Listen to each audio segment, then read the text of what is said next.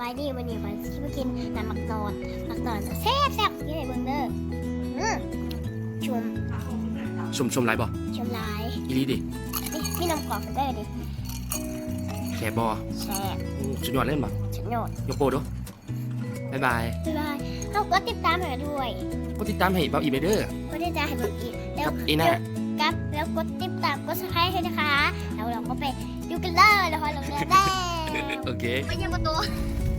ไปยังประตูสบายดีวันนี้เขาไปเดินทางพาจะไปนาเนาะตอนนี้อยู่กับเพื่อนไอ้ดาอยู่กันเลยวันนี้ไม่ได้ดิงคลิปแต่ไก่อย่าลืมกดไลค์กดแชร์กดพัสไครต์ด้วยนะคะเดี๋ยวเราไปดูกันเลยบายเรากดซับสไครต์ด้วยนะคะแล้วเรามีเอฟ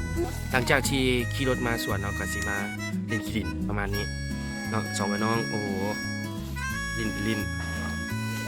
มาสิมาตัดหญ้าซอยตุกันเนาะแต่ว่าแต่กะมาแล้วก็ลินขี้ดินก่อนอันนี้แมนเอน่าเนาะและอันนี้แมนไอดาเงยหน้าขึ้นมาแน่เงยหน้าอีน่าสกระโปรงเนาะ บูบเลย